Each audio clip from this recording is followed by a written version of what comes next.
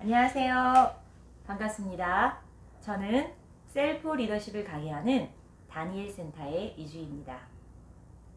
저는 스스로 행복을 선택하고 만들어 가도록 돕는 다양한 형태의 강의를 하고 있습니다.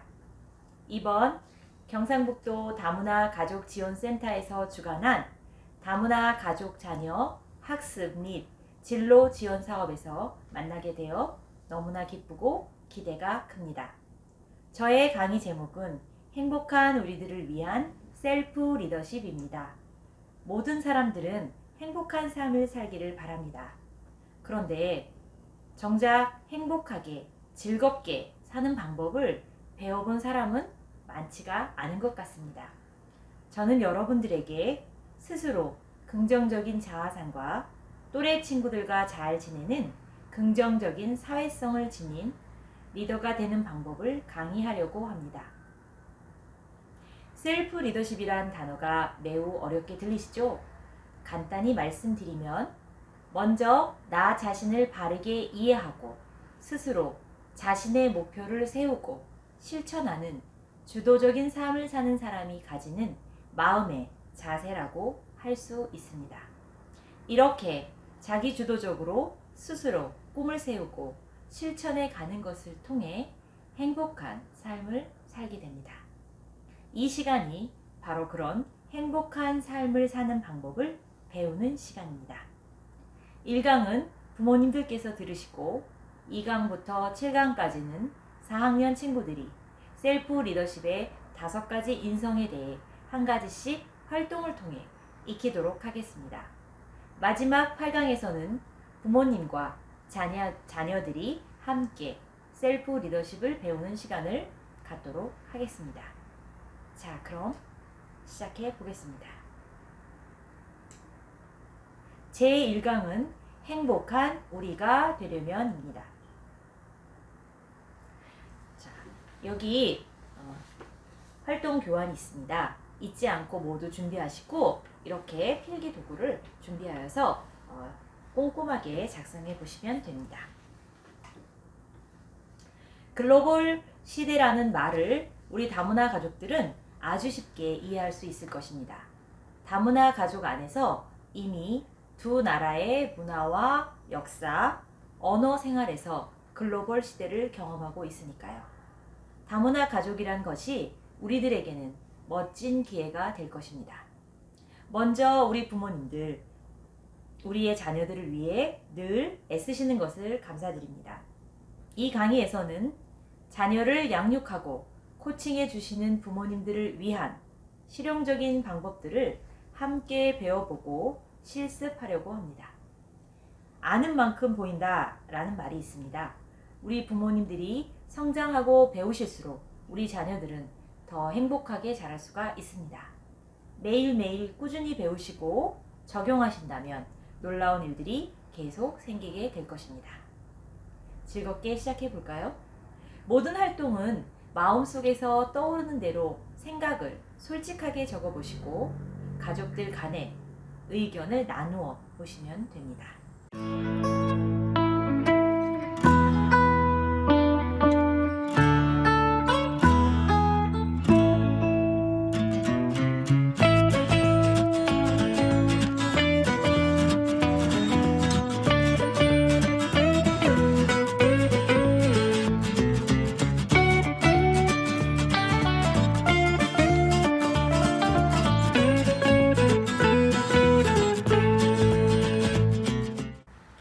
전활동 1번은 중요한 것이 중요하지 않은 것으로 인해 사라진 것이 있나요? 라고 되어 있습니다.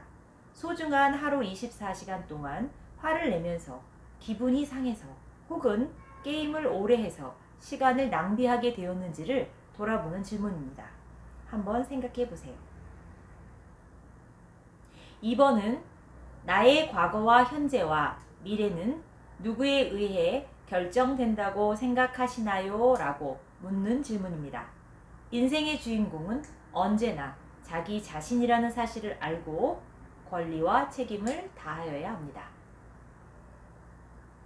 3번은 부모님들께서 작성하시는 것입니다. 나의 부모님은 어떠셨나요? 나의 부모님에 대해 생각해 보도록 하겠습니다. 부부가 서로 각자의 부모님, 즉 네 분의 모습을 생각하시고 적어보시면 더 효과적입니다. 예를 들어 아버지께서 넌 왜 그 모양이냐? 이런 말씀을 자주 하셨고 나를 안아주지 않고 멀리 서 계셨다. 무표정하게 바라보셨다. 제가 상을 타도 기뻐하지 않고 엄격하셨어요. 라고 자기의 일들을 기억하시면서 적으시면 됩니다. 반대로 다정하셨습니다. 항상 친절하셨습니다. 잘 웃으셨습니다. 안아주셨습니다. 이런 떠오르는 말씀, 행동을 기록하는 것입니다. 부모님 자신이 어렸을 때 크게 혼난 일이 떠오르시면 여기에 그대로 적으셔도 됩니다.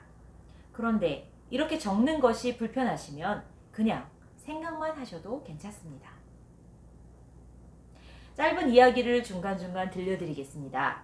이 강의의 주인공의 이름은 모두가 가명이고 내용을 많이 수정한 것입니다. 저의 이름은 김영숙입니다. 저의 가족은 모두 4명이었어요. 부모님과 언니 그리고 저 이렇게 살았습니다. 어려서 저는 엄마와 아빠를 닮고 싶지 않았습니다. 왜냐하면 일로 너무 바쁘셨던 그분들은 항상 저희들을 외롭게 두셨습니다. 어린 저희 자매들은 학교에서 일어난 일들을 마음 편히 부모님께 말씀드리지 못했습니다. 저는 수줍음이 많고 말을 더듬어서 놀림을 많이 당했습니다. 하지만 집에 와서는 있었던 일들을 말하지 않았고 모두 비밀로 하였습니다. 그래서 학교 생활은 점점 힘들어지고 재미를 잃었습니다. 그리고 어린 저는 친구들과 잘 지내는 법을 몰라 늘 힘겹게 살았습니다. 어느덧 시간이 흘러 언니도 저도 결혼을 하게 되었습니다. 아이들을 키우던 어느 날 저는 문득 그렇게 서운하게 느꼈던 부모님처럼 냉정하게 말하고 행동하고 있었습니다. 아이가 징징거릴 때 화가 나서 몇 대 때리기도 하는 저를 발견했던 것입니다. 이런 것이 잘못되었다고 생각하는데 방법을 모르겠습니다. 어떻게 하면 좋을까요? 자, 이 이야기에서 부모님을 닮은 자신에 대해서 말씀하고 계십니다. 심리학에서는 이것을 심리적 대물림이라고 부릅니다. 심리적 대물림. 네. 즉, 자신의 부모님의 모습을 성장한 자녀가 부모가 되어서 무의식적으로 닮게 되어 자신의 자녀에게 비슷한 말과 행동을 한다는 것입니다. 이런 당황스러운 대물림에서 벗어나려면 우리 부모님들은 그러한 것들을 생각하시고 행동을 조심하셔야만 합니다. 또 다른 가정에서 있었던 이야기입니다. 정은이 어머니 역시 자녀에게 엄격하고 무섭기만 하셨습니다. 개구장이 두 형제에게 너무너무 예절 바른 행동만을 강요하셨습니다. 정은이는 초등학교 때는 공부도 잘하고 착해서 반장을 하기도 했습니다. 그러다가 중1이 되었을 때 중학교에 안 간다고 하는 일이 생겼습니다. 그제서야 정은이 어머님은 자신의 양육 방식이 너무 엄격했구나 하시면서 후회를 하시게 되었습니다. 그동안 잘못한 일을 지적하고 자신의 의견을 잘 들어주지 못한 것을 자녀들의 의견을 잘 들어주지 못한 것을 깨닫고 바른 대화법을 배우시게 되었습니다. 정은이 부모님께서는 함께 자녀와 소통하는 방법, 또 자녀의 자존감을 높이는 칭찬법, 격려하는 법 등을 배우셨습니다. 몇 달 뒤 정은이 가족들은 서로 자연스럽게 생각을 이야기하면서 관계가 회복되었습니다. 그리고 학교의 문제를 같이 해결하여 즐겁게 생활하게 되었습니다. 여러분들도 다문화 지원센터에서 지속적으로 부모 교육에 참여하셔서 바른 양육 방식과 부모 코칭 기술을 배우셔야 합니다. 4번은 나의 양육 방식은 어떤가요? 입니다. 부모가 된 나 자신의 말과 행동 그리고 표정을 적어봅니다. 예를 들어 빨리빨리 라는 말을 많이 합니다 라고 적을 수 있습니다. 괜찮다고 자주 위로해 줍니다. 이렇게 적으셔도 돼요. 너는 왜 이러니? 라고 야단을 친다. 이렇게 쓰셔도 됩니다. 자주 사랑한다고 말합니다. 매일 안아줘요. 라고 적어주셔도 됩니다. 기록한 내용이 위에 여러분의 부모님과 닮아 있나요? 아니면 전혀 다른가요? 어떤 경우는 닮아 있고 어떤 경우는 아주 다르기도 할 것입니다. 이 두 개의 표를 적으신 후 어떤 생각과 감정이 생기셨나요? 본 활동에서는 다시 구체적으로 한 가지씩 살펴보겠습니다.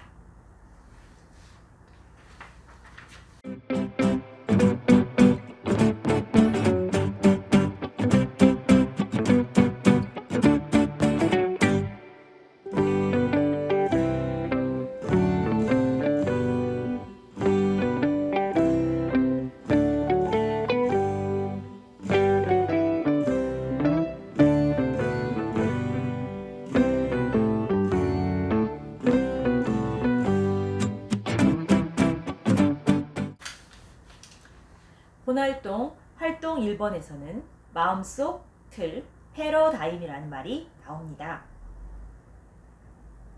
패러다임이란 사람들 속의 견해나 생각의 기준입니다.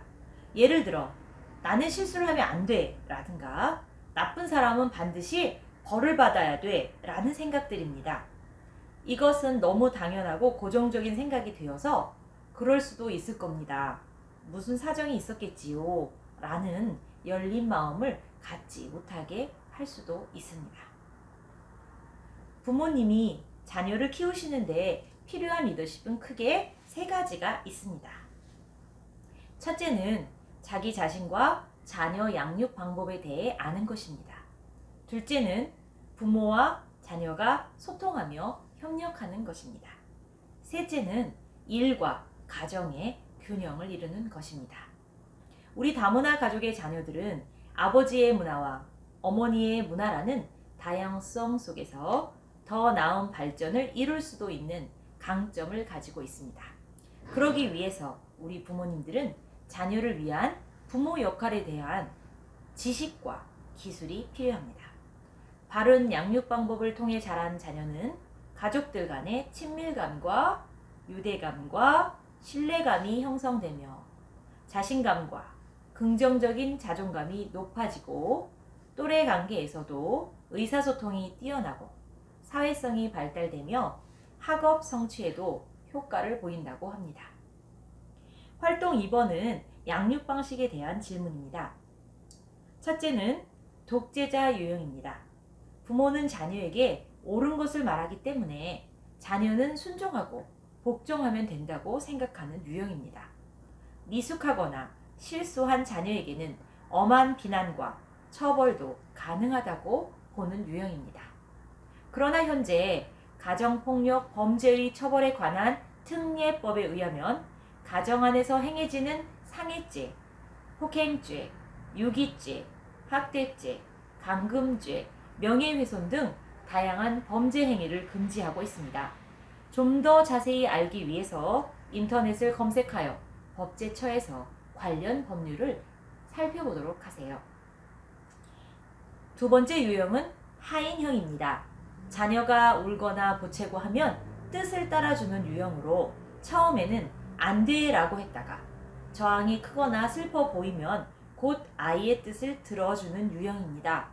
부모님은 사랑하기와 가르치기를 해야 하므로 규칙을 세워서 계속 같은 모습을 보여주셔야 합니다. 특히 결혼 이주 어머니인 경우 한국어 소통의 어려움으로 자녀의 감정이나 욕구에 대한 대화가 어려울 수도 있습니다. 따라서 감정에 대한 이야기를 나누는 훈련이 매우 필요합니다. 자녀의 감정을 알아차리고 공감해주는 연습을 하셔야 합니다. 세 번째는 민주적 코치 유형입니다. 부모와 자녀가 자연스럽게 대화를 하면서 서로의 생각과 감정을 나누는 과정을 통해 자녀는 슬프거나 화나는 상황에 대한 마음을 위로받고 부모님 말씀대로 현명하게 다시 행동하게 됩니다. 네 번째로 혼란형입니다. 이 유형은 그때그때 부모 양육 방식이 혼란해서 자녀들이 눈치를 보게 된다고 합니다. 일관성을 보여주셔야 합니다. 대화에서 경청과 공감하는 부모님의 모습이 꼭 필요합니다. 활동 3번은 부모님의 삶 속에서 가장 기억에 남는 것을 적어보는 것입니다. 부모님 자신의 마음 상태를 알아보는 것으로 어린 시절의 경험을 히노에라 하나씩 천천히 기억하는 것을 적어보시면 됩니다. 종이에 그림을 그리시거나 떠오르는 것을 자연스럽게 글로 쓰셔도 됩니다. 어린 시절 기뻤던 일은 무엇인지, 화가 났던 일은 무엇인지, 슬펐던 일은 무엇인지, 즐거웠던 일은 무엇인지를 적어봅니다. 이것을 통해 부모님 자신에 대한 자기 이해를 높일 수가 있습니다. 활동 4번은 우리 집 규칙을 적어보는 것입니다. 빈칸에 해라, 하지 마라 라는 칸에 찬찬히 규칙들을 적어보세요. 사람이 하는 말과 행동의 밑바탕에는 패러다임이 있다고 했지요. 쉽게 말해 이 행동은 옳다, 틀렸다, 좋다, 나쁘다 라는 판단을 하는 기준입니다. 이것은 행동뿐만 아니라 감정에도 영향을 줍니다. 자녀들은 주로 부모님과 가족들에게서 자연스럽게 패러다임을 배우면서 왜 화를 내는지, 왜 슬픈지 이유를 모른 채 그 말투와 행동을 저절로 따라서 배우게 됩니다. 이 이야기가 하나 있습니다. 소중한 외동딸이었던 서연이가 처음으로 학교에 가게 되었습니다. 또래보다 키가 작고 여린 딸이 걱정이 되신 아빠께서 이렇게 말씀하셨습니다. 누가 너 한 대 때리면 넌 2대 더 때려? 라고 말했죠. 학교에서 수업 준비물 때문에 서연이와 희재가 말다툼이 생겼고 진짜로 싸움이 일어났습니다. 희재가 한 대 때리자 서연이는 아빠의 말씀대로 2대를 힘껏 때린 것이죠. 선생님이 달려오셔서 싸움을 말리려고 했지만 서연이는 태연한 얼굴로 아빠의 말씀대로 한 거예요 라고 말했습니다. 이런 경우가 초등학교에서 종종 일어나기도 합니다. 그런데 반대로 서연이 아버님께서 아빠가 진짜 원하는 것은 우리 서연이가 친구들과 사이좋게 지내는 것이란다. 싸움이 생기면 선생님께 바로 말씀드리고 친구와 서로 말로 해결하는 거란다 라고 말씀하셨다면 서연이의 행동은 어떻게 달라졌을까요? 양육 방식은 자녀들에게 가치 판단의 기준이기 때문에 학교 폭력 사태에서도 가해자 친구들은 때려도 돼, 욕해도 돼 라고 생각하고 행동을 한 경우가 많습니다. 부모님들의 가치관이 자녀들에게 어떻게 영향을 미치고 있는지를 알기 위해서 부모님들은 자신이 계속해서 어떤 말씀과 행동을 하고 있는지를 살펴보셔야 합니다. 활동 4번의 예에서 나온 것처럼 엄마의 진짜 이유는 일로 피곤하신 아버지가 깰까봐 걱정돼서인데 아이들은 충분한 이해 없이 그냥 잔소리라고 생각할 수도 있습니다. 이런 경우 가족들은 규칙을 만들어야 합니다. 이 규칙들이 자녀들에게 잘 이해되도록 설명할 필요가 있습니다. 저는 냉장고나 벼 이런 곳에 매직으로 크게 주의사항을 적으세요 라고 합니다. 예를 들어 9시 이후에는 조용히 생활하기, 책가방은 미리 저녁에 준비해 놓기 라고 글로 써서 자녀가 습관이 되도록 돕습니다. 이런 가족 규칙 세우기에서 가장 중요한 것은 부모님의 일관적인 태도를 보여주는 것입니다. 오늘은 뛰어도 되고 내일은 안 되고 하는 것은 자녀가 부모님의 눈치를 보게 만들며 규칙은 혼란이 일어납니다. 혹시 지금까지 자녀들에게 일관적으로 행동 못한 일이 있다면 이제부터는 서로 약속을 정해서 충실히 지키도록 해보세요. 그럴 때 부모 자녀 사이에 다정하고 친절한 사이가 되고 서로 믿고 의지하게 됩니다. 그동안 자녀와의 사이가 조금 멀게 느껴지고 답답하고 서운한 일이 있었다면 서로 편안하게 이야기를 시작하도록 해보세요. 마음속에 하지 못한 말들이 계속 쌓이게 되면 관계는 멀어지기 때문입니다. 갈등은 큰 소리로 싸우기도 하지만 조용히 말을 서로 안 하는 방향으로 나타나기도 합니다. 우리 자녀들은 가정에서뿐만 아니라 학교나 다른 공동체에서도 대화를 잘하는 사람이 되는 것이 매우 중요합니다. 이번 시간에는 행복한 우리가 되려면 이라는 주제로 이야기를 나누었습니다. 자녀들을 위해 늘 사랑으로 키우시는 모든 부모님들 감사합니다. 부모님들과 자녀들이 행복한 삶을 살기 위해서는 가장 먼저 부모님 자신에 대한 이해가 필요합니다. 이것을 위해서 자신의 부모님들께 받은 심리적 대물림을 살펴보았습니다.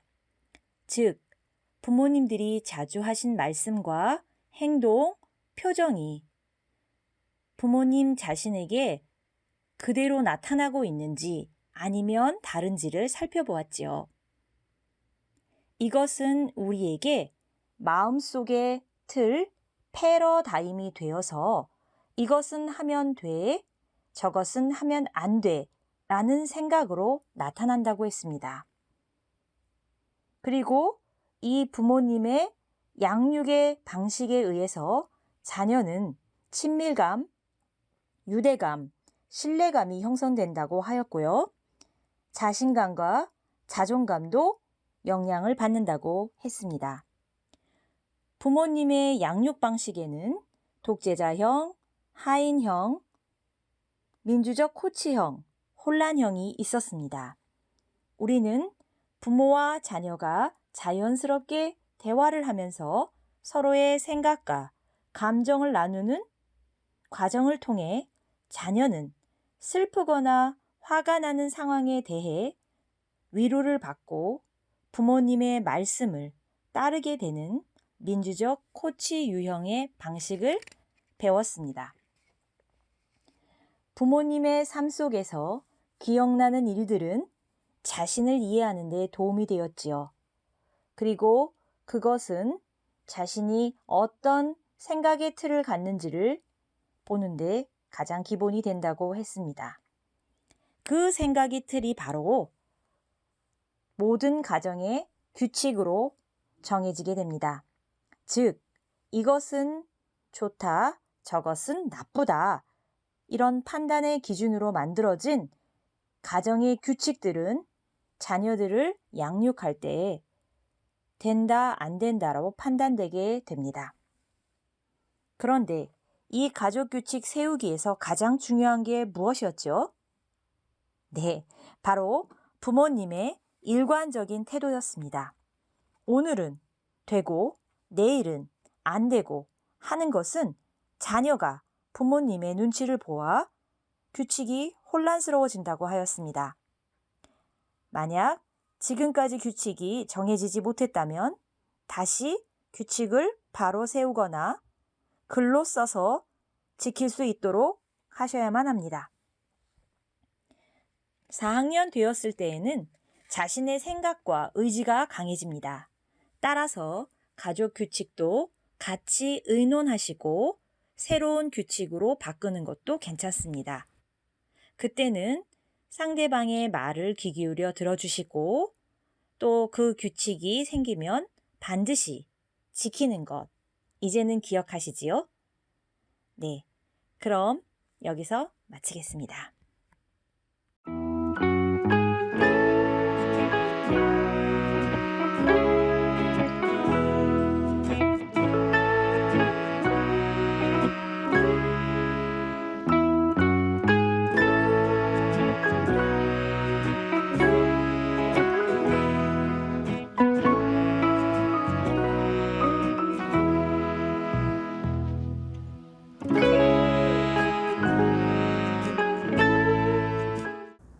후활동은 이번 강의를 통해 유익한 점, 궁금한 점을 적어보고 깨달은 점을 적는 것입니다.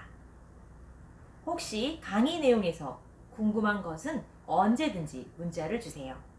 다음 시간부터는 자녀들과 제가 6번의 셀프 리더십 수업을 할 것입니다. 모두 마친 후에 마지막 시간에는 부모님들과 다시 만나도록 하겠습니다.